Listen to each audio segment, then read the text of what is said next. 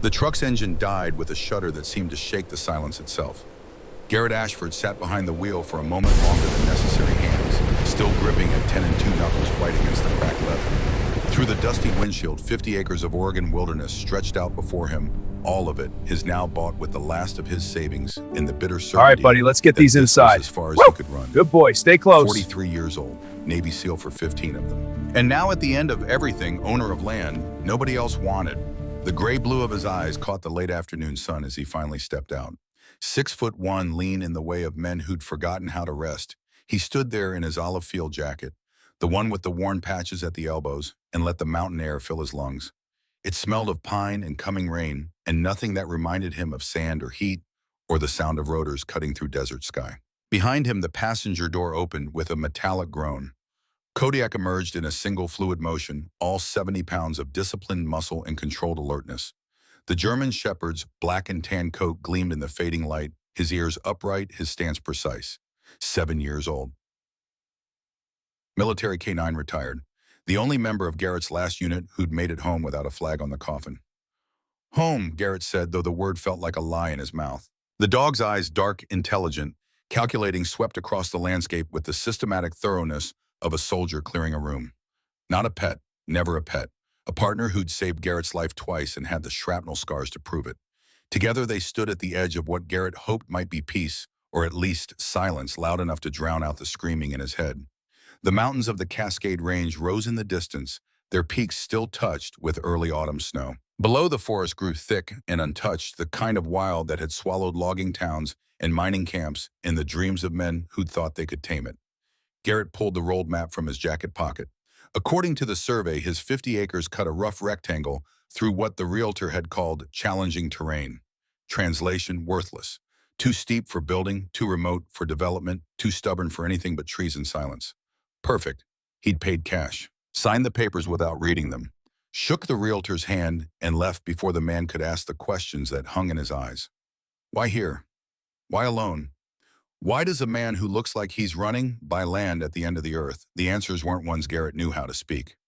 Kodiak moved ahead with the economy of motion that marked all his actions, nose low, working the scent picture that humans couldn't begin to comprehend. Every few yards, the dog would pause, process file the information away in whatever mental catalog governed a canine's world.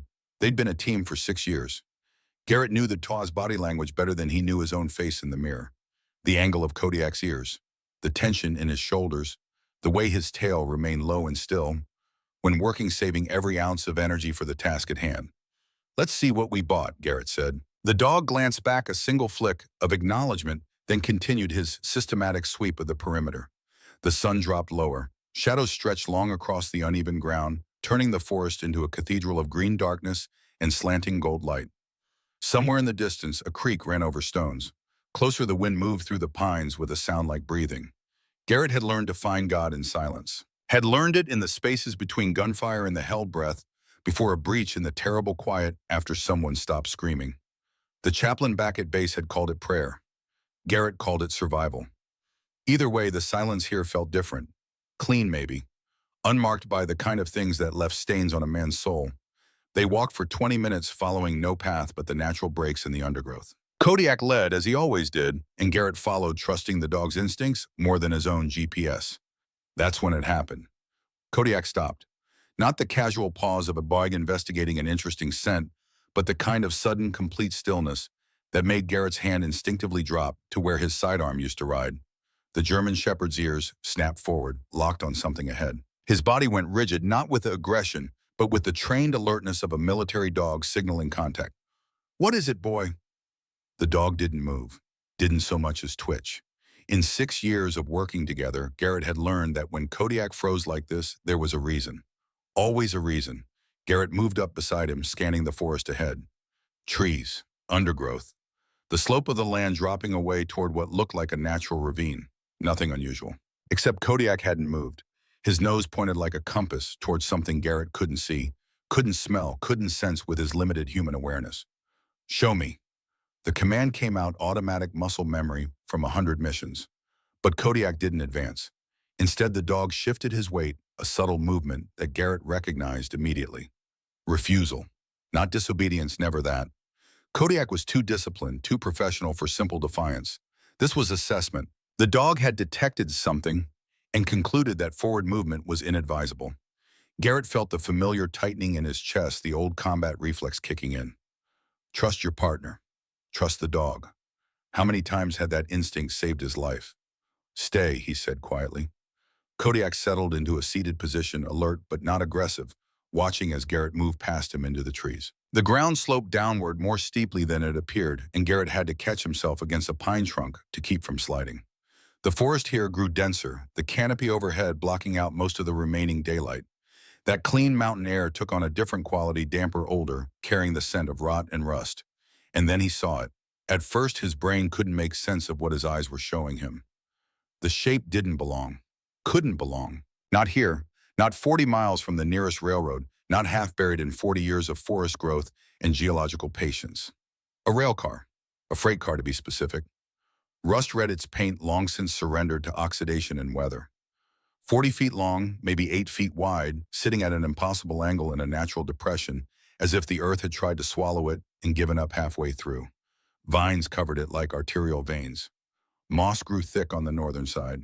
A young fir tree, maybe 15 feet tall, had sprouted from the roof, its roots working down through seams that had surrendered to time and moisture. Garrett stood there trying to reconcile the impossible with the real. There were no tracks, no cleared path that might indicate how it got here. No roads wide enough or graded enough to haul something this size. The nearest active railway was the Union Pacific line that ran through the valley 40 miles west, carrying timber and grain to the coast. This car hadn't rolled here. Couldn't have. The physics made no sense. But there it was, undeniable as bone. He circled it slowly, combat training, taking over, assessing threat level and tactical options without conscious thought. The car listed to one side, its undercarriage half buried in accumulated soil and deadfall. The wheels, massive things, solid steel, were barely visible beneath decades of forest floor buildup. On the side, barely legible beneath rust and lichen, he could make out a serial number, SP 471839, Southern Pacific. And below that, stenciled in faded white paint, property of Valdsham Industries. The name meant nothing to him. Garrett approached the side door, a heavy sliding panel designed to move on tracks that had long since seized with corrosion. He put his shoulder against it, testing. The metal groaned but didn't budge. Years of rust had welded it shut more effectively than any lock. Around the back, he found what he was looking for, a smaller access door intended for workers or inspectors. The padlock that had once secured it hung open, its hasp rusted through and useless. The door opened with a shriek of metal that sent birds scattering from nearby trees.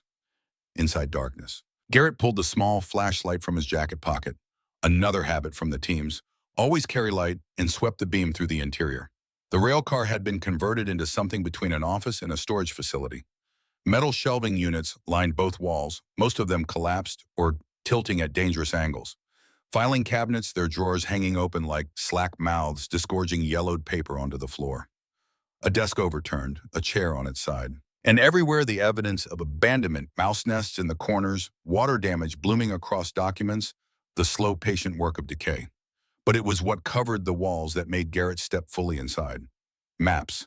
Dozens of them pinned and taped to every available surface. Topographical maps of the region, marked with colored pins and hand-drawn annotations.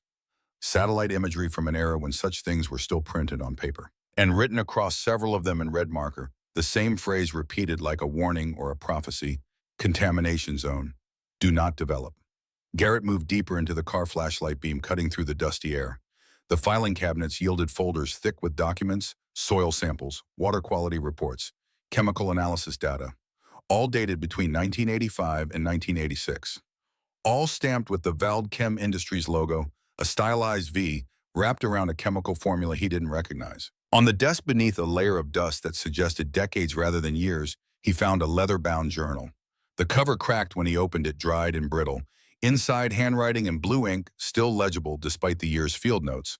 Dr. Catherine Brennan, environmental consultant. Garrett flipped through pages filled with observations, measurements, coordinates. The handwriting grew more urgent as he progressed, the letters pressing harder into the page, the organization deteriorating into something more frantic. Near the end, an entry dated December 12, 1986, they're lying. The soil samples don't lie, the water table doesn't lie, but they're calling me paranoid. Valdchem dumped here for years industrial solvents, Heavy metals compounds I can't even identify without better equipment. This whole valley should be condemned. Instead, they're planning residential development. They're going to build houses here, schools, and they're going to get people killed slowly, invisibly across decades. I've documented everything. If something happens to me, this car contains the truth. But who will find it? Who will believe the next page was blank? And the next? Until the final entry written in a hand that shook so badly, the words barely formed. If you're reading this, they've already won. But at least now, you know I wasn't crazy. B. Garrett stood in the rusted rail car in the middle of his worthless 50 acres holding evidence of something that shouldn't exist and didn't make sense. Outside, Kodiak let out a single soft bark, not aggressive, but questioning. The dog had remained at his post exactly where Garrett had left him, but patience had its limits, even for a trained canine. "I'm coming," Garrett called. But before he left, he pulled his phone from his pocket and took photographs. The maps, the documents, the journal pages, the chemical reports with their incomprehensible formulas and damning conclusions. The light was almost gone when he emerged. The forest had shifted into that peculiar twilight that belonged neither to day nor night, when the world existed in shades of gray, and the mind could almost believe in things that logic said were impossible. Kodiak stood exactly where Garrett had left him, but the dog's posture had changed. His ears were back slightly, his weight distributed differently. If Garrett had to translate that body language into human terms, it would come out something like, "I told you something was wrong." "Yeah," Garrett said quietly. "You did." They made their way back to the truck in silence. The temperature had dropped with the sun, and Garrett's breath began to show in small clouds. Above, the first stars appeared in a sky so clear it seemed impossible that anything on Earth could be complicated or corrupt. But Garrett knew better. He'd spent 15 years learning that the world was full of things buried and hidden secrets that stayed secret only as long as nobody looked too hard or cared too much. The question now was what to do about it. Pine Ridge sat at the junction of two county roads that probably shouldn't have qualified as roads at all, paved once in the 1970s and left to crack and heave through decades of freeze and thaw. Population 1,847, according to the sign. Population 1,200, according to Garrett's guess, based on the number of businesses with closed signs in the windows and houses with that particular emptiness that meant nobody had lived there in years. It was the kind of town that logging had built and globalization had gutted. The kind of place where the young left as soon as they could and the old stayed because moving required resources or hope, and most folks ran short on both. Garrett pulled the truck into the gravel lot of a diner that advertised home-style cooking and opened daily in neon that flickered like a dying heartbeat. The parking lot held three other vehicles: a sheriff's department cruiser, a pickup truck held together by rust and determination, and a sedan that had seen better decades. Kodiak lifted his head from the passenger seat, assessing.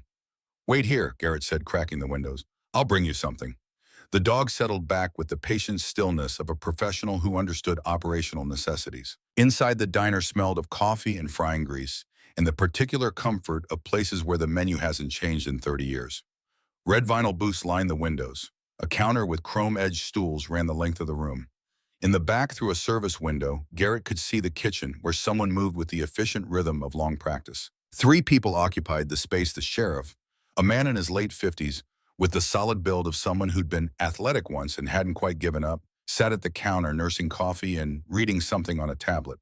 In a corner booth, an elderly man worked through a plate of meatloaf with the slow deliberation of someone eating alone. And behind the counter, refilling the sheriff's cup with the automatic grace of 10,000 repetitions, stood a woman who looked to be somewhere in her 50s. She had the kind of face that suggested she'd been beautiful once and had aged into something better: character, written in the lines around her eyes, competence in the set of her shoulders. Her graying hair was pulled back in a practical ponytail, and she wore a name tag that read Lorelei. "Coffee?" she asked as Garrett slid onto a stool. "Please." She poured without spilling a drop and without looking at the kind of muscle memory that comes from doing a thing so many times it becomes part of your body's knowledge. "Menus on the board," she said, nodding toward a chalkboard above the kitchen window. "Daily specials, the meatloaf. It's good." "I'll take it," Garrett said. "And another order to go, if that's all right." "Well, for your friend in the truck." Garrett paused, coffee cup halfway to his lips. "You saw him?" Lorelei smiled, and it reached her eyes in a way that suggested genuine warmth rather than small-town nosiness. "German Shepherd, military vest, windows cracked exactly 3 inches. Man who takes care of a dog like that isn't having dinner alone by choice." The sheriff glanced over, interested now. You military was, Garrett said. Which branch? Navy. Something shifted in the sheriff's expression. Recognition, maybe, or respect. SEAL. Garrett nodded once. The sheriff extended a hand. Tom Ridgway, sheriff here for 23 years. Thank you for your service. They shook and Garrett caught the assessment happening behind the older man's eyes. Cops and soldiers learn to read people the same way, quick, comprehensive, looking for threat or weakness, or the things that didn't quite add up. Garrett Ashford, you passing through or putting down roots? Bought some land up the mountain, 50 acres off Route 7. Ridgway's eyebrows rose slightly. The old Whitaker property, nobody's touched that land in 40 years. Exactly why I bought it. Lorelei returned with a plate of meatloaf, mashed potatoes, and green beans that steamed in the cool air of the diner. She set it down with practiced efficiency, along with silverware wrapped in a paper napkin. You want gravy on the to-go order? She asked. No gravy, just meat and vegetables. No seasoning if you can avoid it. Now it was Lorelei's turn to pause, understanding dawning. That's not for a person, is it? That's for Yurda. Yes, ma'am. She shook her head, but she was smiling. I'll fix him's proper plate. What's his bam? Kodiak. Military working dog. Retired.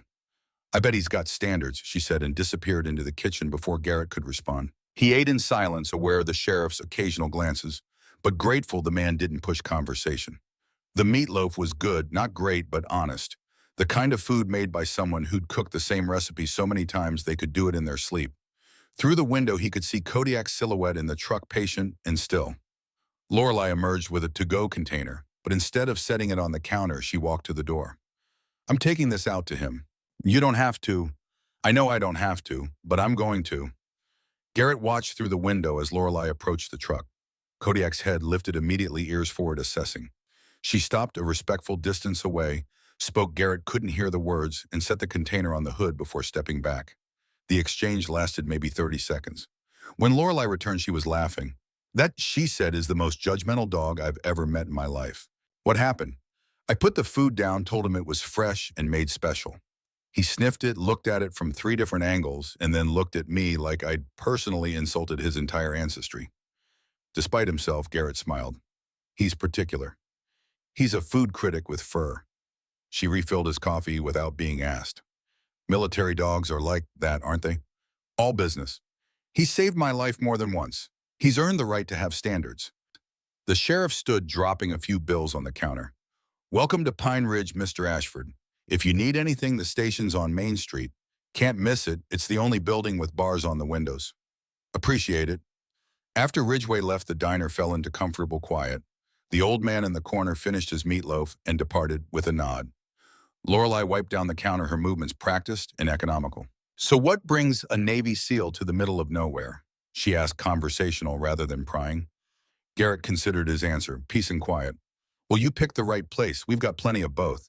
She paused, studying him with the kind of directness that suggested she'd raised children and buried a husband and didn't have patience for bullshit. Although if you bought the Whitaker property, you might be in for more than you bargained for. How so? That land's got a history, nothing specific, just stories.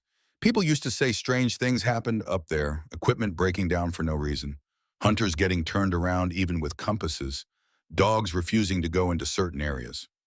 Garrett thought of Kodiak's frozen stance, the absolute refusal to approach the railcar. You believe in that? He asked. Lorelei shrugged. I believe that sometimes there are things we don't understand and smart people pay attention to the warnings. She met his eyes. Your dog warned you about something today, didn't he? There was no point in denying it. Yeah, he did. Then maybe you should listen. Back at the truck, Garrett found Kodiak exactly where he'd left him, the to-go container untouched on the hood. Really, Garrett said, she made that special for you. The dog's expression, if a German shepherd could be said to have expressions, conveyed polite disdain. The food wasn't rejected out of rudeness, but rather professional assessment and found wanting. You're going to offend people, Garrett said, but he retrieved the container and dumped it in the diner's trash. He'd feed Kodiak from his own supplies back at camp, the high-quality kibble the dog had been eating since his military days, mixed with whatever protein Garrett had on hand. They drove back up the mountain in darkness, the truck's headlights cutting tunnels through the forest. Garrett had set up a basic camp that morning, tent, sleeping bag, the portable stove he'd carried through 3 deployments. Rougher than necessary maybe, But Garrett had learned that comfort could become a crutch, and he couldn't afford crutches. He parked near the tent and killed the engine. In the sudden silence, the forest revealed its nighttime symphony owls calling the rustle of things moving through underbrush, the creek's constant murmur. Kodiak jumped down from the cab and immediately began a perimeter check. Nose working, moving in the systematic pattern that had been drilled into him through years of training. Garrett started a small fire unnecessary for warmth, but necessary for something human in him that needed to push back against the darkness. He fed Kodiak, then ate his own rations, a protein bar and instant coffee that tasted like hot dirt, but had enough caffeine to keep him functional. The tent he'd erected that morning listed slightly to one side, the ground not quite level despite his best efforts. Kodiak sat down approximately 6 feet from the tent, stared at it, and slowly tilted his head in the canine equivalent of profound disappointment. "Don't start," Garrett muttered. The dog's expression didn't change. The tilt of his head said everything that needed saying about the tent's structural integrity, Garrett's competence, and the general decline in standards since leaving active duty. "It's fine." Kodiak's head tilted further now at an angle that suggested the dog was reconsidering his choice of handler. "It'll keep the rain off." One ear dropped slightly, adding a note of skepticism to the existing judgment. Garrett sighed, walked over, and adjusted the tent's guy lines until the structure stood properly vertical. When he turned back, Kodiak had already moved on to more important matters, investigating a scent trail that led toward the creek. But Garrett could swear the dog looked satisfied. He spent the next hour reviewing the photographs he'd taken in the rail car, zooming in on documents, trying to make sense of chemical formulas, and testing protocols that were beyond his expertise. The name Valdchem Industries appeared on nearly every page, along with references to something called Project Clearwater, which, given the content of the document, struck Garrett as the kind of ironic naming that corporations specialized in. Dr. Catherine Brennan's journal entries grew increasingly frantic as they progressed through late 1986. References to pressure from corporate, threats veiled as concerns, and finally in early December, a single line that made Garrett's chest tighten. "They know I'm not going to stay quiet. I've made arrangements. If something happens to me, the truth will come out." 3 months later, according to a newspaper clipping, Garrett found in the journal's back pages, Dr. Brennan had been found dead in her apartment. The coroner ruled it suicide by overdose. The local paper mentioned her history of mental health struggles and paranoid accusations against local employers. Case closed, truth buried. Except the rail car existed. The documents existed. The contamination zone marked on those maps existed, and if Garrett's sense of geography was correct, his 50 acres sat right in the middle of it. Kodiak returned from his patrol and settled near the fire, close enough for warmth, but maintaining the professional distance of a working dog. His eyes reflected the flames, turning them briefly gold before he blinked, and they returned to dark intelligence. "We found something today," Garrett said quietly. "Question is, what do we do about it?" The dog's ears swiveled toward him, attentive but offering no answers. Garrett had spent 15 years of his life learning to follow orders, to trust the chain of command, to believe that the system worked even when evidence suggested otherwise. He'd been good at it. Good enough to make SEAL Team 6, good enough to lead men into situations where hesitation meant death. And then on an operation in 2019 that he still couldn't talk about, he'd given an order. The wrong order, based on intelligence that turned out to be banned and assumptions that turned out to be fatal. 3 men died because of his call. The Navy cleared him fog of war, insufficient information, heat of the moment. All the phrases that meant nobody was technically at fault, but everyone knew someone was. Garrett knew. He'd left 6 months later with an honorable discharge and the kind of commendations that felt like apologies. And he'd spent the 3 years since trying to find a place quiet enough that he couldn't hear the screaming anymore. But now, holding evidence of a cover-up that had probably killed people slowly and visibly across decades, he felt the old pull. The sense that silence wasn't neutrality. That looking away was itself a choice. The fire burned down to coals. The temperature dropped into the 40s. Garrett banked the fire, checked the camp one last time, and retreated to his crooked tent. Kodiak took up position at the entrance, settling into the alert rest that meant he was sleeping, but still aware, still on duty, still the professional soldier he'd been trained to be. In the darkness, Garrett lay in his sleeping bag and stared at the tent's ceiling. Somewhere out there, buried under decades of forest growth and deliberate forgetting, was a truth that someone had worked very hard to hide. A truth that had probably cost Dr. Catherine Brennan her life. A truth that, if Lorelei's stories were accurate, people in this town had sensed but never named. And now that truth was Garrett's problem on his land, under his responsibility. He thought about his brother, not the one who died in the mission, but the other one. Captain Boone Ashford, 12 years older, the one who'd joined the Navy first and made it safe for Garrett to follow. Boone had left the service in 2018, supposedly to take a civilian contractor job. They'd talked maybe twice after that brief, awkward conversations about nothing important.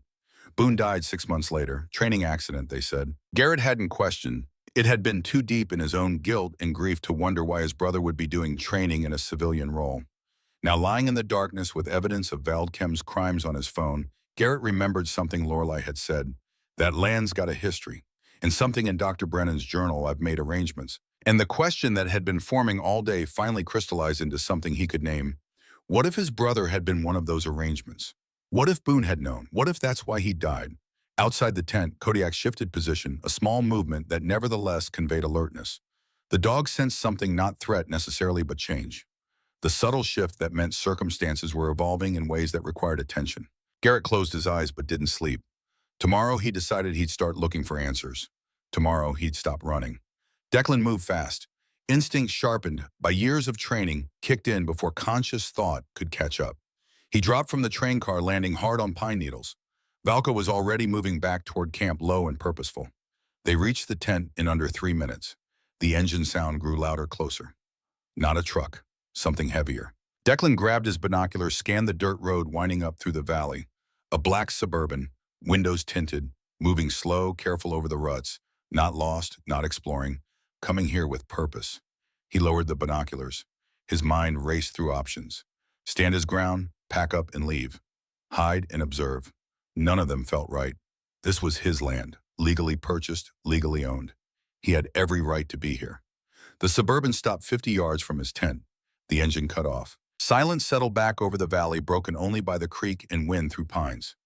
2 men climbed out, both wearing casual outdoor clothes that looked too clean, too new.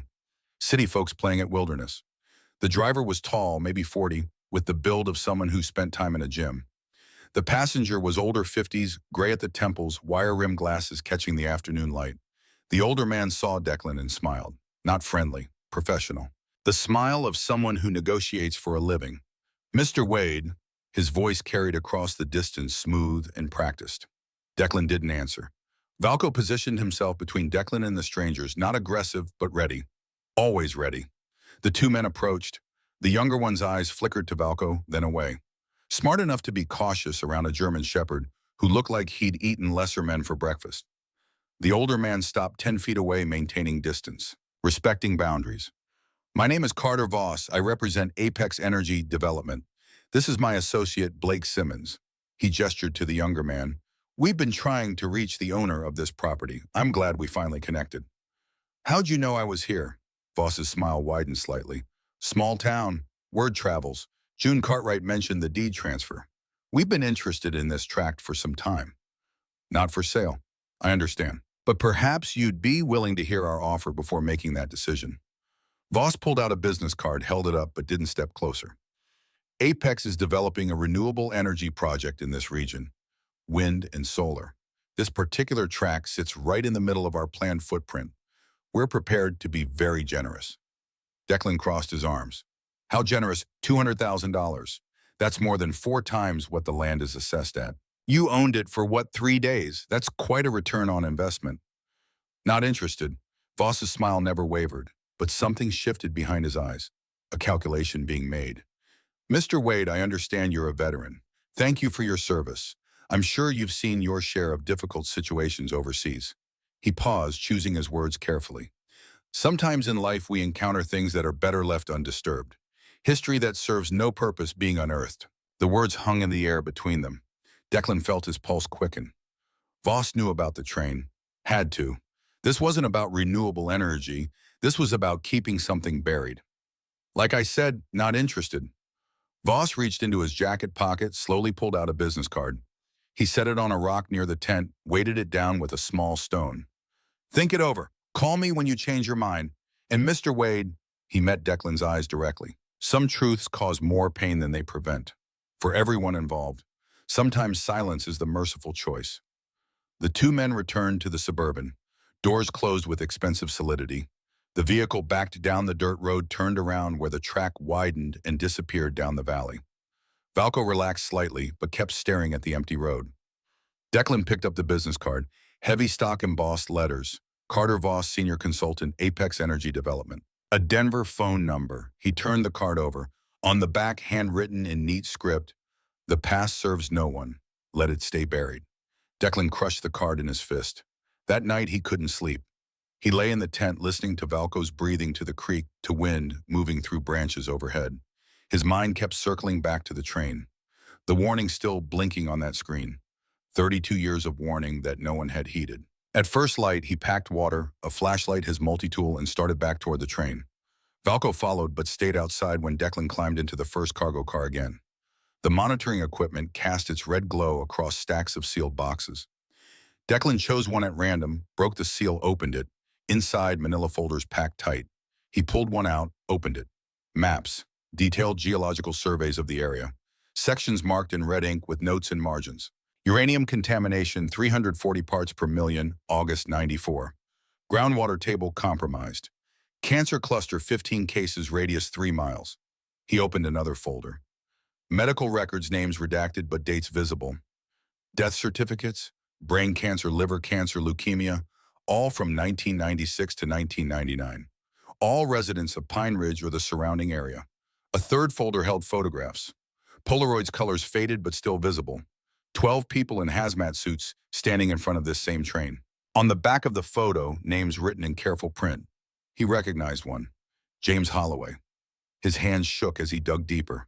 Found more files, more evidence, all pointing to the same conclusion. Something had poisoned this land. The government had known, had documented it, had sent a cleanup team, and then had buried everything. At the bottom of the box, a cassette tape in a clear plastic case. Written on the label in black marker, "Final report, Dr. Robert Aldridge, September 15th, 1994. Declan searched the other boxes until he found what he was looking for. An old battery-powered cassette player, industrial grade, built to last. He pressed the eject button. It clicked. Still functional after 32 years. He loaded the tape, pressed play. Static. Then a man's voice, tight with fear and exhaustion. "My name is Dr. Robert Aldridge. If you're hearing this, it means I failed to get this information to the proper authorities. Or the proper authorities chose not to listen. Either way, someone found this train. Someone is listening now. Good. You need to know what happened here." A pause. The sound of papers rustling. In 1987, the Blackwood mine closed after 40 years of uranium extraction. The company that owned it, Consolidated Resources, assured the government and local residents that all contamination was properly contained. They lied. The mine's tailings pond was never properly sealed. For 7 years, uranium and heavy metals leached into the groundwater table. Another pause. A deep breath. In 1994, residents of Pine Ridge started dying. Cancer rates spiked. Brain, liver, lymphatic. The CDC sent us a team of 12 to investigate. What we found was catastrophic. The entire aquifer was compromised. Radiation levels 300% above safe limits. We documented everything. Soil samples, water samples, medical records. We submitted our report to Washington. Recommended immediate evacuation and a federal Superfund cleanup. The voice cracked slightly. 2 weeks after we submitted the report, our findings were classified. National security, they said. The mine had been part of the Cold War nuclear program. Public disclosure would undermine confidence in government oversight. We were ordered to destroy all evidence and sign NDAs. Most of my team complied. They were scared. They had families. I understood. A long pause. When the voice continued, it was quieter. But I couldn't let it go. People were dying, kids were getting sick, and everyone was pretending it wasn't happening. So I kept copies. Everything. Every test result, every medical record, every internal memo. I loaded it all onto this train equipment we'd been using for mobile testing. I hid it here on land that belonged to William Brennan, Isabella's grandfather. He was the only person I trusted.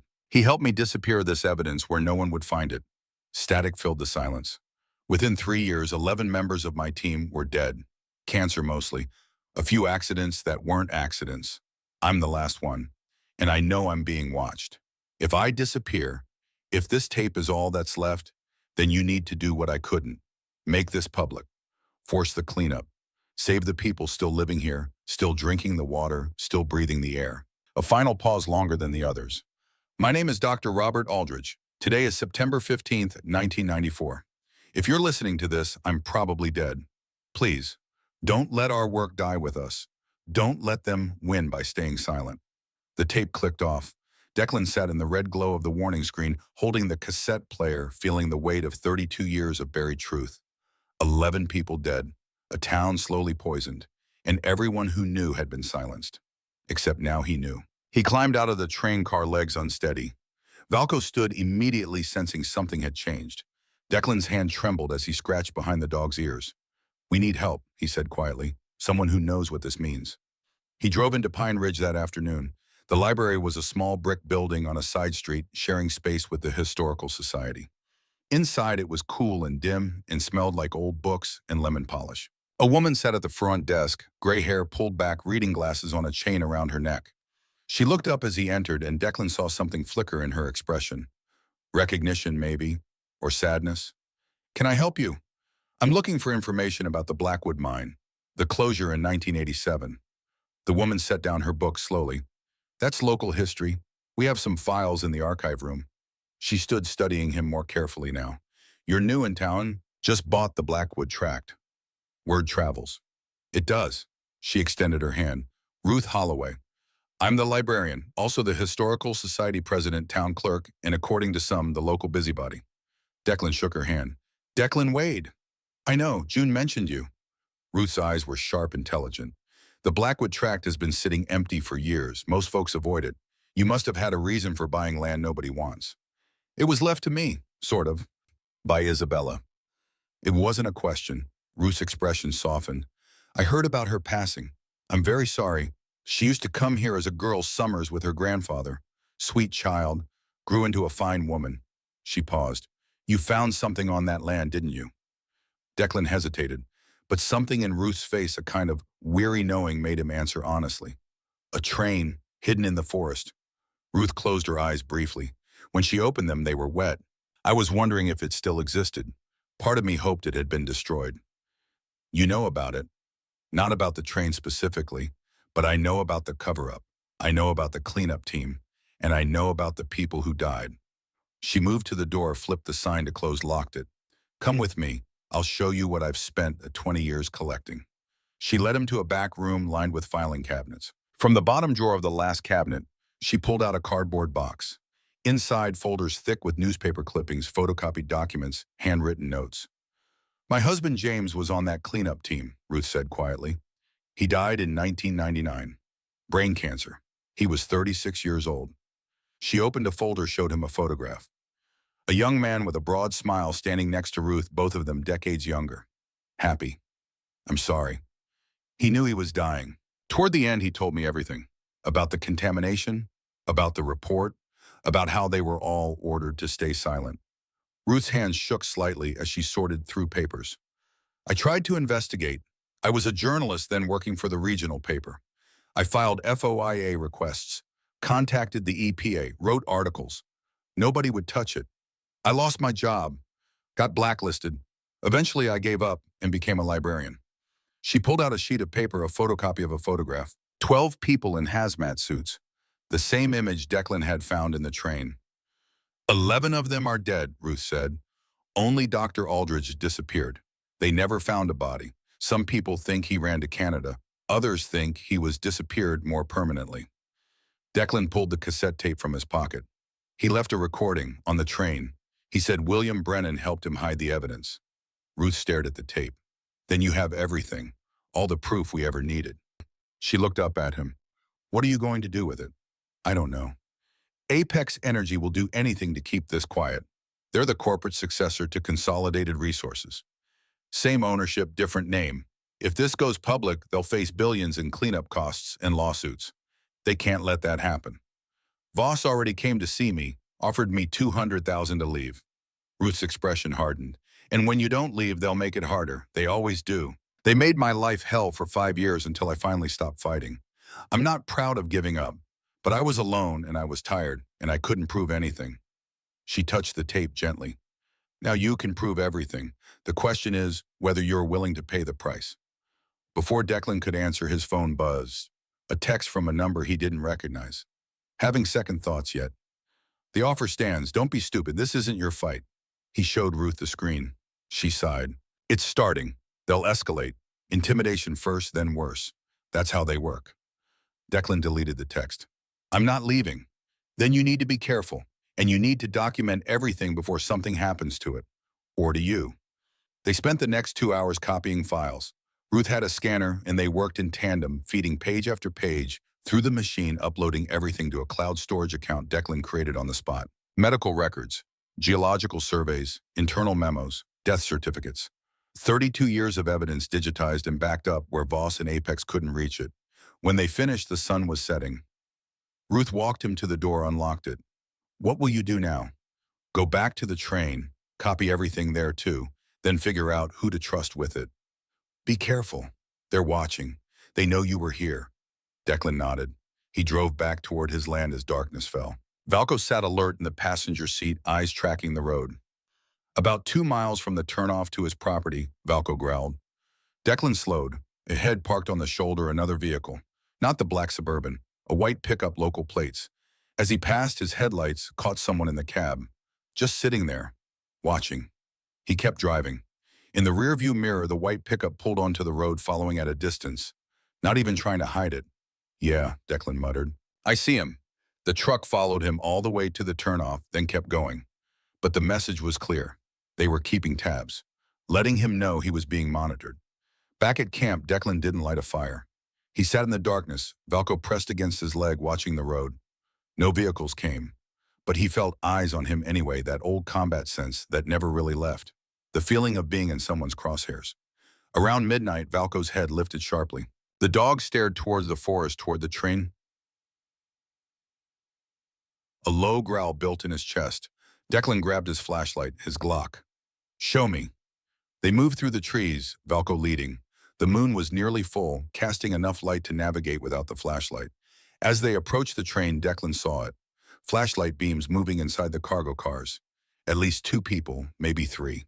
He killed his own flashlight, moved closer. Voices carried in the still air. It's all here. Decades of documentation. How the hell did Aldridge hide this? Doesn't matter. We're supposed to remove anything that mentions Apex or Consolidated. That's everything. The whole train is evidence. Then we take the whole train. Declan's jaw tightened. They were going to destroy it. Remove the evidence, burn it probably, and leave no trace. He pulled out his phone, started recording video. Got clear shots of faces of the Apex Energy logo on their jackets, of them removing boxes from the train. 2 minutes of footage, enough to prove what they were doing. Then Valko growled, not at the men, at something else. Declan turned. Another flashlight beam, this one behind them, coming from the direction of camp.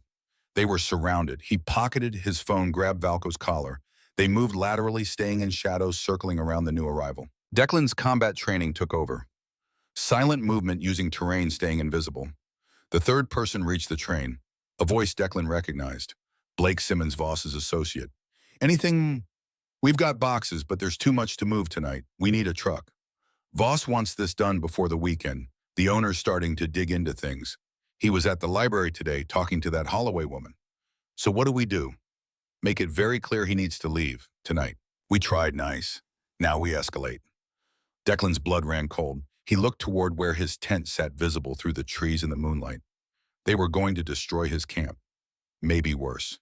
He moved faster, Valko keeping pace silently. They reached camp 30 seconds before the men did. Declan grabbed his essential gear. The tent could be replaced. He stuffed clothing, food, water, his truck keys into his pack. Headlights appeared on the access road. Not 1 vehicle. 3. They were bringing reinforcements.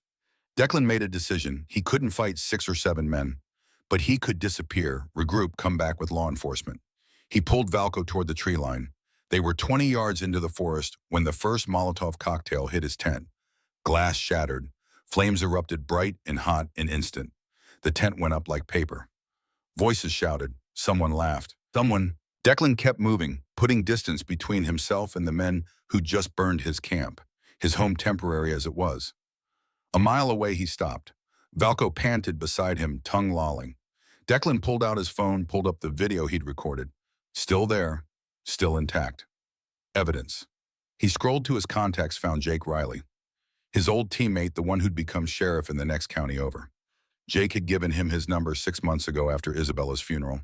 If you ever need anything, brother, anything, Declan hit call. It rang 4 times before a groggy voice answered. This better be important. Jake, it's Declan Wade. I need help. Serious help. I'm in Pine Ridge, Wyoming.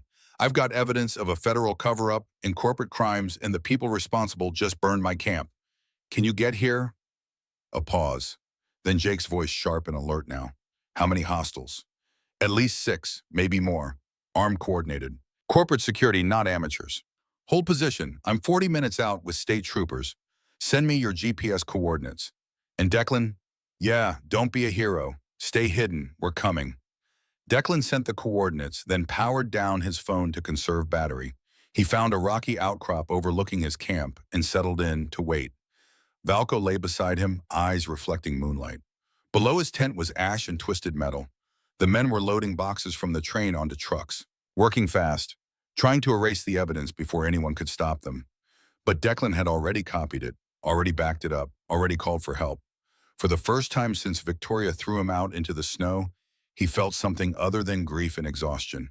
He felt purpose, direction, the thing Isabella had been trying to give him all along. He wasn't running anymore. He was staying, and he was going to make sure the truth came out no matter what it cost. Valco pressed closer, offering warmth in the cold mountain night. Declan scratched behind the dog's ears, keeping his eyes on the men below. 40 minutes, he whispered. We can last 40 minutes. Valco's tail thumped once against the rock. Agreement, determination. The unspoken language between a soldier and his canine partner. They'd lasted longer than 40 minutes in worse situations. They'd survive this too, and then the real fight would begin. Jake Riley arrived in 37 minutes. Declan heard the sirens first distant, but growing closer, cutting through the mountain silence. Then headlights, multiple vehicles converging on the access road from different directions. State troopers coordinated response boxing in the exit roads. The men loading boxes from the train heard it too. Shouted commands, engines starting, but they were too late. 3 Wyoming State Police SUVs blocked the dirt road light bars blazing red and blue against the pine trees. Declan stood from his position, Valco at his side. They picked their way down the rocky slope toward what remained of his camp. By the time they reached level ground, 6 men were in handcuffs kneeling in the dirt while troopers searched them. Jake Riley stepped out of the lead vehicle. He was bigger than Declan remembered, shoulders broader, hair shorter. But the eyes were the same. Sharp, assessing, missing nothing. He spotted Declan and crossed the distance in long strides. You look like hell. It's been a long week. Jake's gaze swept the burned tent, the men in custody, the train visible through the trees. You weren't kidding about the federal cover-up part. He turned to a trooper. Get statements from all of them. Separate interviews. I want to know who they're working for, who gave the orders, and what they were trying to remove. Sheriff Riley, the trooper said. One of them is asking for a lawyer. Says his name is Blake Simmons, claims he's corporate security for Apex Energy. I bet he does. Book him anyway. Arson, trespassing, destruction of evidence, conspiracy. We'll sort out jurisdiction later. Jake turned back to Declan. Show me what you found. They walked to the train. Jake climbed into the first cargo car, played his flashlight over the boxes. The monitoring equipment still blinking its warning after 32 years. He read the screen, then went very still. Jesus Christ. There's a tape, Declan said, from the project lead. Explains everything, and I've got copies. Cloud storage, multiple locations. They can't erase it. Jake climbed back down, his expression grim. This goes way beyond my authority. We're talking federal crimes, A violations, potential manslaughter charges going back decades. I need to call this into people with bigger badges. How long will that take? Honestly, I don't know. Government moves slow, especially when it's investigating itself. Jake pulled out his phone, started making calls. Within minutes, he was talking to someone at the FBI field office in Cheyenne, then someone at the EPA regional office using words like emergency response and ongoing criminal conspiracy. While Jake coordinated with federal agencies, Declan sat on a fallen log, Valco's warmth solid beside him. The adrenaline was wearing off, leaving exhaustion in its wake. His hands shook slightly. Delayed reaction. He'd seen it before in other soldiers after firefights. The body finally processing the danger once the immediate threat had passed. Before he powered down his phone to conserve battery, one final text arrived. From Carter Voss, not a threat this time. Something else. You think you're saving this town. You're destroying it. The contamination report will crater property values. Insurance companies will pull out. Banks will stop lending. In 5 years, Pine Ridge will be a ghost town. Everyone will leave. That's what truth costs. Still think you're the hero. Declan stared at the words. His finger hovered over the delete button. Because Voss was right. The truth would devastate this town economically. People would lose everything. Their homes worthless. Their futures erased. He could stop it. Could destroy the evidence. Take Voss's money. Disappear. Let the slow poisoning continue in secret while the town survived financially. Valco leaned his weight into Declan's side, grounding him. Declan deleted the text. Didn't respond. Some truths were worth the cost, even when the cost was everything. Ruth Holloway arrived just after dawn. She'd heard about the commotion driven up in her old Honda. She stood at the edge of the scene, staring at the train, tears running down her face. "It's real," she whispered. "I knew it existed, but seeing it—" "It's all here," Declan said. "Everything your husband documented, everything they tried to bury." Ruth walked to the train, placed her hand on the metal siding. "James, baby, they're finally going to listen. After all these years, they're going to listen." By mid-morning, federal vehicles started arriving. EPA investigators in white vans, FBI agents in dark SUVs, a hazmat team in a truck covered with warning labels. The small mountain valley transformed into something resembling a crime scene and environmental disaster zone combined. An EP, a supervisor, a woman in her 50s named Dr. Patricia Morgan, took charge of the train. She climbed into the cargo car, spent 20 minutes examining the monitoring equipment and reading through files. When she emerged, her face was pale. "This is catastrophic," she said to Jake. "If these readings are accurate, we're looking at significant groundwater contamination affecting a radius of at least 5 miles, potentially more. We need to test every well in Pine Ridge immediately." "How bad?" Jake asked. "Bad enough that I'm recommending we issue a water advisory within the hour. No one drinks from wells or the creek until we get current test results." She looked at Declan. "You found this." "My dog did." Dr. Morgan's expression softened slightly. "Then your dog may have saved lives. This kind of contamination over decades, the health impacts—" She didn't finish the sentence. Didn't need to. They all knew what she meant. Cancer, birth defects, slow death in the water supply. The FBI agents were less sympathetic. They questioned Declan for 2 hours, wanting to know every detail. How he found the land, how he found the train, who he'd talked to, what he'd copied. One agent, a thin man with suspicious eyes, seemed determined to find something incriminating in Declan's story. "So you just happened to buy the exact piece of land where evidence of a federal cover-up was hidden. My wife inherited it. Her grandfather owned it." "Convenient." Jake stepped in. "Agent Morrison, Mr. Wade, is a witness and a victim here. His property was destroyed. He was threatened. He came to law enforcement with evidence. Unless you're planning to charge him with something, ease up." Morrison backed off, but Declan could see the man wasn't satisfied. That was fine. Declan had nothing to hide. By afternoon, news crews arrived. Someone had tipped them off, and suddenly Pine Ridge was national news. Vans with satellite dishes parked on Main Street. Reporters with microphones interviewed anyone willing to talk. The story was too big to suppress. 32 years of contamination. Federal cover-up. Corporate crimes. Dead whistleblowers. Carter Voss appeared on the evening news, standing outside Apex Energy headquarters in Denver, reading a prepared statement. His face was composed, professional, betraying nothing. "Apex Energy is cooperating fully with federal investigators. We take environmental concerns seriously. These allegations, if proven true, predate our corporate structure by decades. We are committed to transparency and accountability." Declan watched the broadcast on Ruth's laptop in the library. He's going to walk away from this. "Probably," Ruth agreed. "Men like Voss always do. They insulate themselves with layers of plausible deniability. He'll claim he was acting on bad information from subordinates. Maybe 1 or 2 people below him take the fall. But he'll resign quietly, collect his severance, and move on to the next company that needs someone willing to bury inconvenient truths. That's not justice. No, but it's reality." Ruth closed the laptop. "The real justice is in what happens next. The cleanup, the medical monitoring for residents, the acknowledgement that 11 people died trying to expose this. That's what matters." Declan wanted to argue, but a commotion outside interrupted him.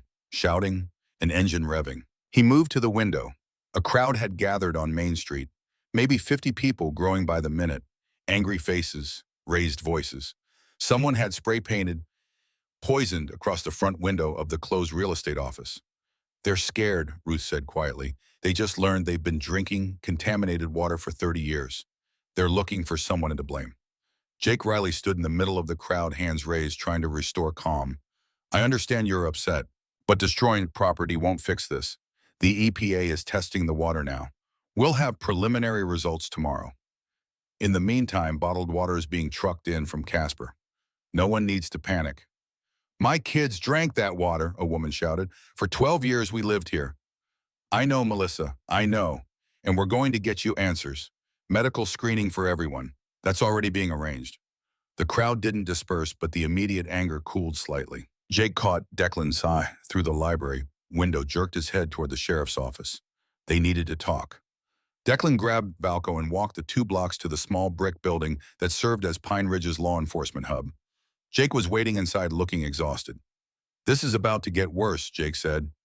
EPA just gave me their preliminary findings. The contamination is worse than the 1994 report indicated. 3 decades of additional leaching means the aquifer is severely compromised. They're recommending the entire town switch to a municipal water system fed from outside the contaminated zone. Cost estimate is $40 million. Declan whistled low. Where does that money come from? Superfund probably, but that's a years-long process. In the meantime, people are scared, angry, and looking for targets. Jake leaned against his desk. I'm also hearing rumors that Apex is quietly offering settlements. Big money for anyone willing to sign an NDA and drop any potential lawsuits. Buying silence. It's what they do, and some people will take it. $40,000, $50,000 is a lot of money to folks struggling to make ends meet, especially when the alternative is a decade of legal battles they might lose. What about criminal charges? The people who died. FBI is building a case, but it's complicated. Most of the responsible parties from 1994 are dead or out of reach. Statute of limitations on some charges has expired. They'll get someone probably. But not everyone who deserves it. Something caught in Declan's chest. He'd uncovered the truth, but the truth was messy and incomplete and unsatisfying. Justice would be partial at best. Some guilty parties would escape. Some victims would never get closure. That was the reality Ruth had tried to prepare him for. His phone buzzed. A text from a number he didn't recognize. You should have taken the money when it was offered. Now you'll watch this town tear itself apart. Was it worth it? He showed Jake. The sheriff's expression darkened. That's a threat. I can trace it. Don't bother. They'll just deny it. Declan deleted the text. What matters is the cleanup happens and people get help. The rest is just noise. That night, Declan stayed in a room above the diner that the owner, a kind woman named Dolores, offered for free. Anyone who brings truth to light can sleep under my roof, she'd said. Valco lay across the foot of the narrow bed, taking up more space than seemed physically possible for a dog his size. Declan couldn't sleep. He kept thinking about Isabella, about her grandfather, William Brennan, about how they'd both known this land held secrets worth protecting. Isabella had given him this place not just as a refuge, but as a purpose. She'd known he needed something to fight for after the military. Something clean and clear, where the right choice was obvious. Around 2 in the morning, Valco lifted his head sharply, ears forward, alert. Declan sat up. What is it? The dog jumped down, moved to the window. Below on Main Street, orange light flickered. Not street lights. Fire. Declan grabbed his clothes, pulled them on fast. Boots, jacket. He was moving before conscious thought caught up. Valco was already at the door. They ran down the external stairs, hit the street. 3 buildings down, flames poured from the windows of the Pine Ridge Gazette office, the small weekly newspaper that had given Ruth Holloway her first job 40 years ago. Black smoke billowed into the night sky. Declan pulled out his phone, called 911. Fire on Main Street, newspaper office. Spreading fast. The volunteer fire department arrived within minutes, but the building was already gone. They focused on preventing spread to adjacent structures, pouring water on the shared walls. It took an hour to contain, another hour to fully extinguish. Jake Riley showed up still in the same clothes from earlier. He looked like he hadn't slept in days. Arson, 3rd one this week if you count your tent. Someone's sending a message. Yeah, burn the truth. Or intimidate anyone thinking about talking to reporters. Jake surveyed the smoking ruins. The Gazette was doing a series on the contamination. Had interviews lined up with former mine workers, families of the dead, cleanup team members. Now all those notes are ash. Ruth appeared wrapped in a coat over her nightgown, staring at the destroyed building. I had copies of everything in there. My backup files, photos, research from 20 years. Her voice broke. 20 years of work. Did you scan them? Declan asked gently. Some, not all. I was going to, but She trailed off, tears reflecting firelight. Declan put a hand on her shoulder. Then we start over. We rebuild. They can burn buildings, but they can't burn what's already in the cloud. We've got enough to keep pushing. But the fires were just the beginning. 3 days later, someone cut the brake lines on Jake Riley's patrol vehicle. He discovered it before driving purely by chance while checking his oil. The mechanic confirmed sabotage. The day after that, Dr. Patricia Morgan from the EPA received a package at her hotel. Inside, a dead rat and a note, "Keep digging and you'll end up the same."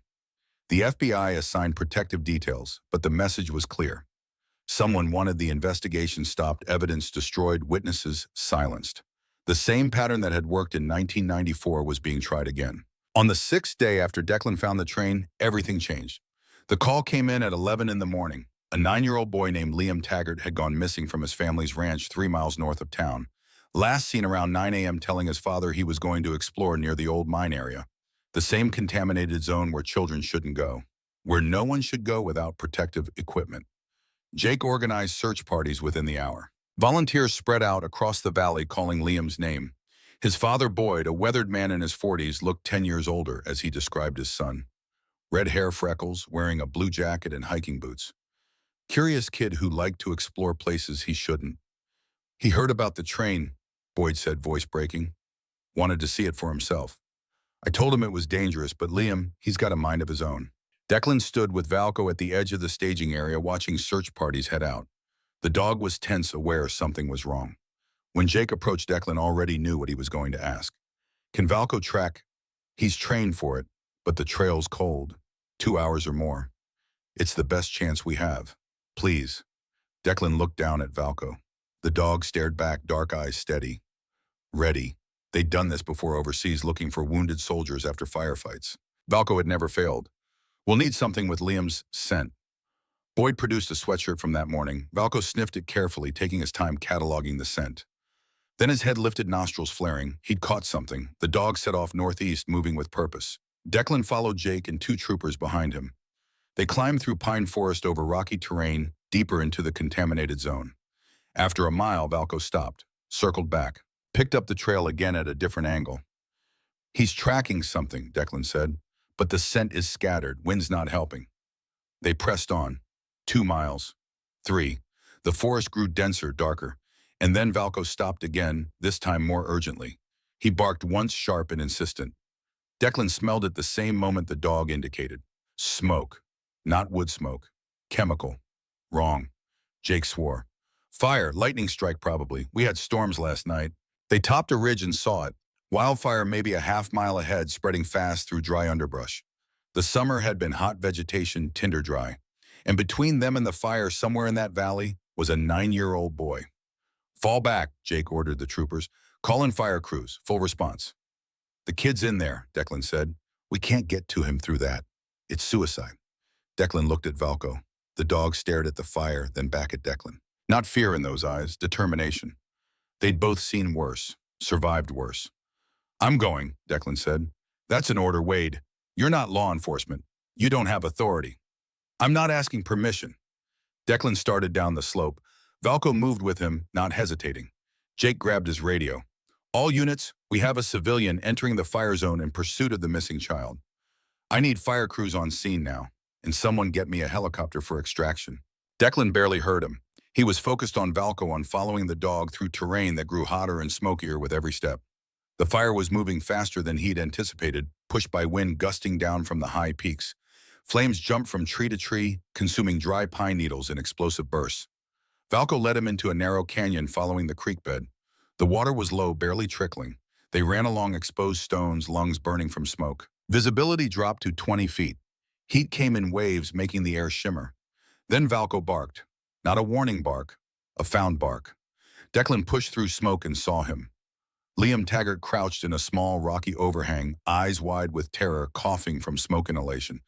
The boy saw Declan and scrambled toward him. I'm sorry, I just wanted to see the train. It's okay. Declan pulled off his jacket, wrapped it around the boy.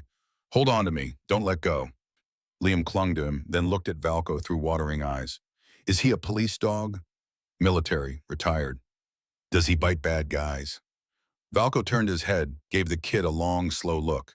The expression was unmistakable. I'm off duty, kid. Despite everything, the smoke, the fear, the fire closing in, Declan almost laughed. Only when they deserve it. He turned to retrace their path and felt his heart sink. The fire had spread behind them. The canyon was filling with smoke. Their exit route was blocked. Valco pressed close, whining. Not panic. Communication. The dog was telling him something.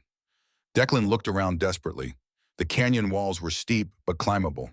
Maybe, if they could get above the smoke, find a way around the flames. Up, he said to Valco. Find us a way up. The dog immediately started climbing, finding handholds and paths that Declan couldn't see. He followed one arm around Liam, using his free hand to pull himself up steep rock faces. The boy clung to him, surprisingly strong for his size.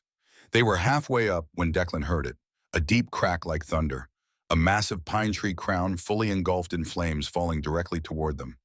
No time to think, Declan shoved Liam into a crevice in the rock face, covered the boy's body with his own. Valco was above them, unable to reach them in time. The tree crashed past them so close Declan felt bark scrape his back. But it missed. Barely. They survived by inches. Then he heard Valco yelp, sharp, pained. Declan looked up. A secondary branch from the falling tree had struck the dog, pinned him against a boulder.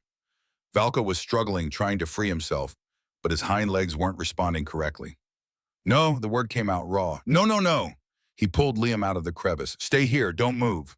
He climbed to Valco, gripped the branch, pinning the dog, and heaved. It barely moved. Too heavy. Declan planted his feet, used his legs pulled with everything he had. His hands burned, skin tearing on rough bark. He didn't care.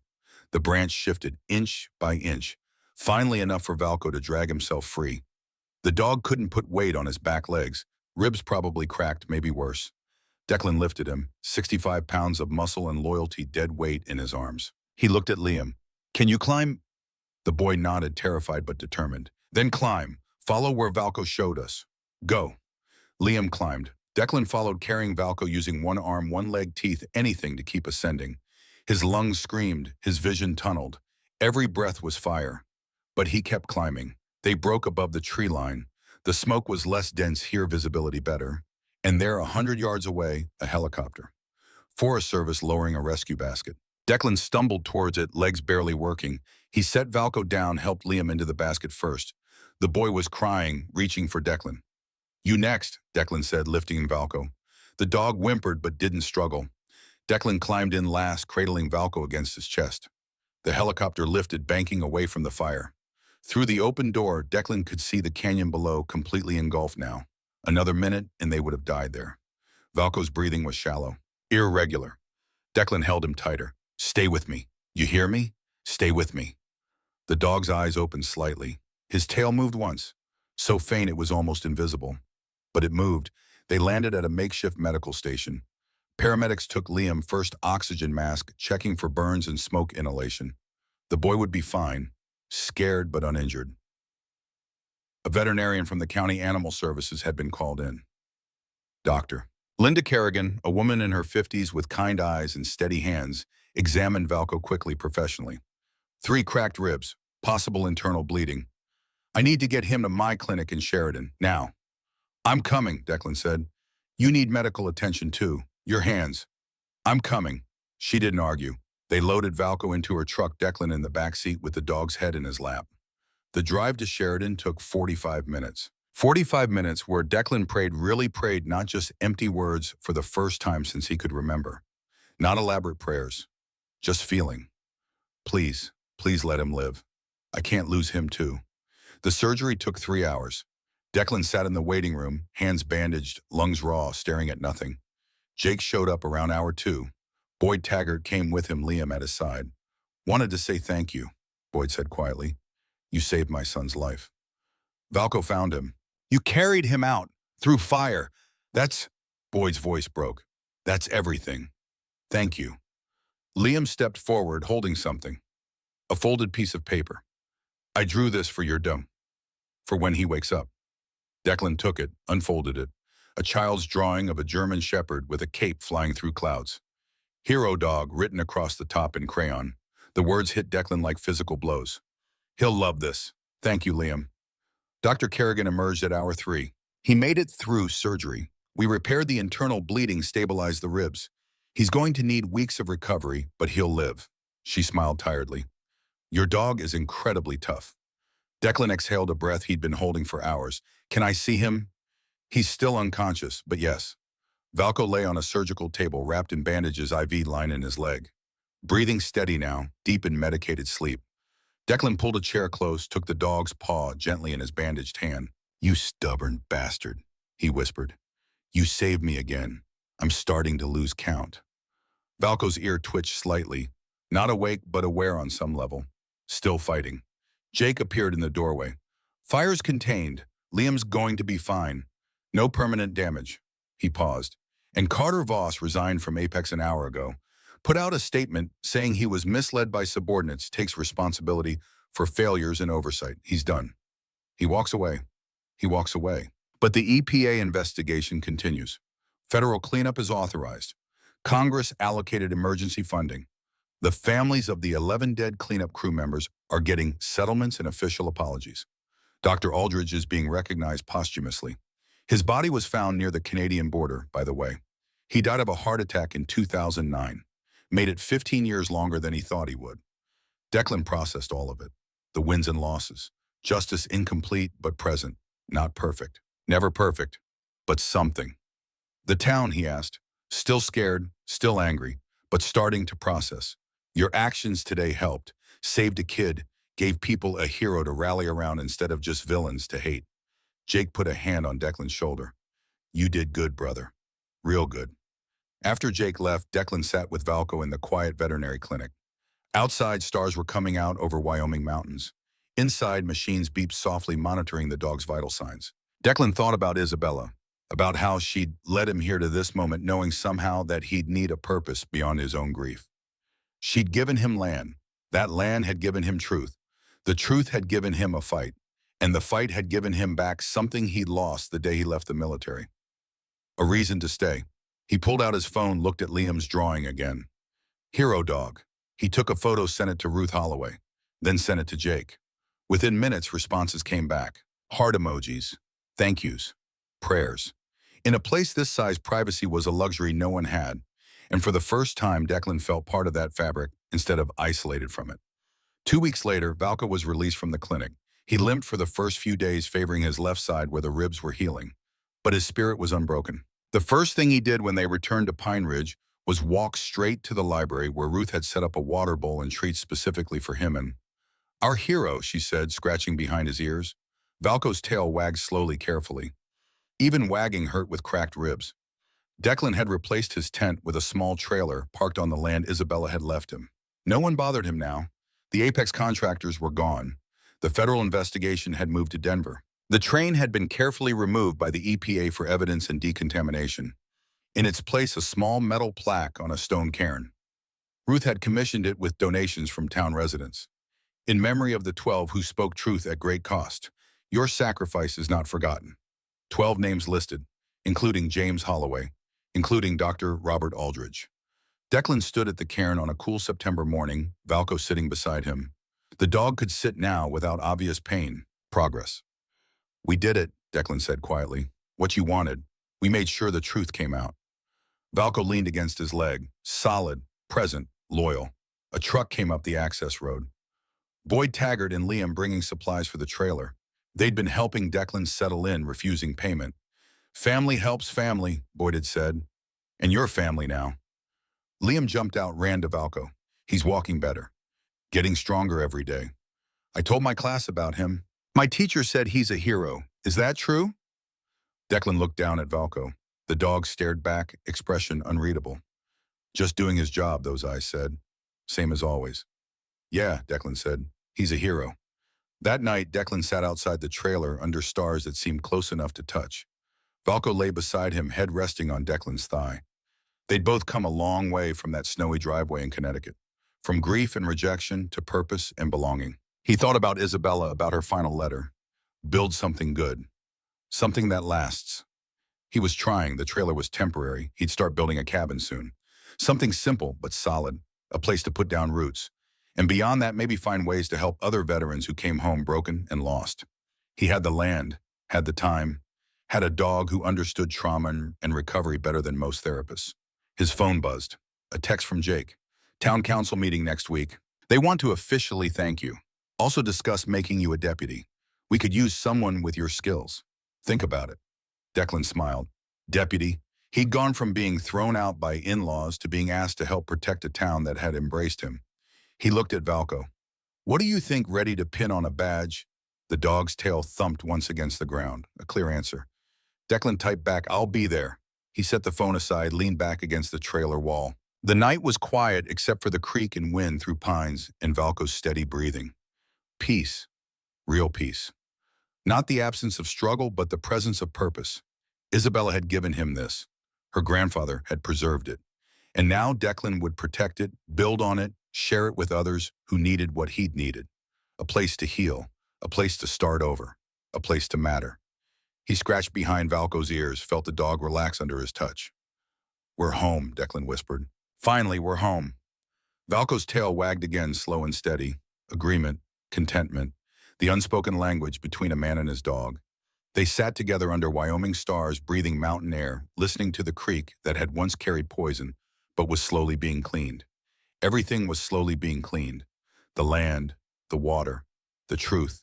And maybe in time, the wounds that both of them carried from battles, fought in places with no names on any map. It wouldn't happen overnight. Healing never did. But it would happen, day by day, step by step, together, the way it was always meant to be. Epilogue. The image fades to soft focus, Declan's voice quiet and reflective over shots of Wyoming mountains. At sunrise, the creek running, clear Valco, and Declan sitting by the completed cabin. People ask me why I stayed. Why I didn't just take the money and disappear when men with power told me to leave. Truth is, I almost did. I was ready to run. Again. But sometimes God's miracles don't arrive like thunder from heaven. Sometimes they come quietly. Like a warning you almost missed. Like a loyal friend who refuses to quit when quitting would be easier. Like the courage to stay when every instinct screams to run. 6 months ago, I couldn't save my wife. Couldn't stop the accident. Couldn't change what happened. This time a K9 partner wouldn't let me fail. The train is gone now. EPA removed it for evidence. The contamination is being cleaned. 11 families finally have answers about why their loved ones died young. Dr. Aldridge's name has been cleared, his sacrifice recognized. And Liam Taggart gets to grow up, gets to become whoever he's meant to be. Because one stubborn dog refused to leave, and one broken man finally learned to listen. I'm still here. Not because I'm brave, because I finally understood what Isabella was trying to tell me. That healing doesn't come from running. It comes from standing still long enough to let the faithful beside you do their work. In your life, you'll face moments like I did. When leaving is easier than staying. When silence is safer than truth. When fear whispers that you're too broken to matter. Those are the moments that define us. Not the easy choices. The hard ones. The ones where we stay when we want to run. Where we speak when we want to hide. Where we trust the companion beside us when our own courage fails. If this story touched you, share it with someone who needs to hear it. Tell me in the comments, what moments stayed with you, and subscribe for more stories about loyalty, faith, and the quiet miracles that save us when we need them most. May God bless you and keep you. May He guide your steps and calm your fears. And may He place faithful companions beside you exactly when you need them most. Amen. Fade to black text on screen. Dedicated to the veterans who stay when leaving is easier, and the K9 partners who never let them quit.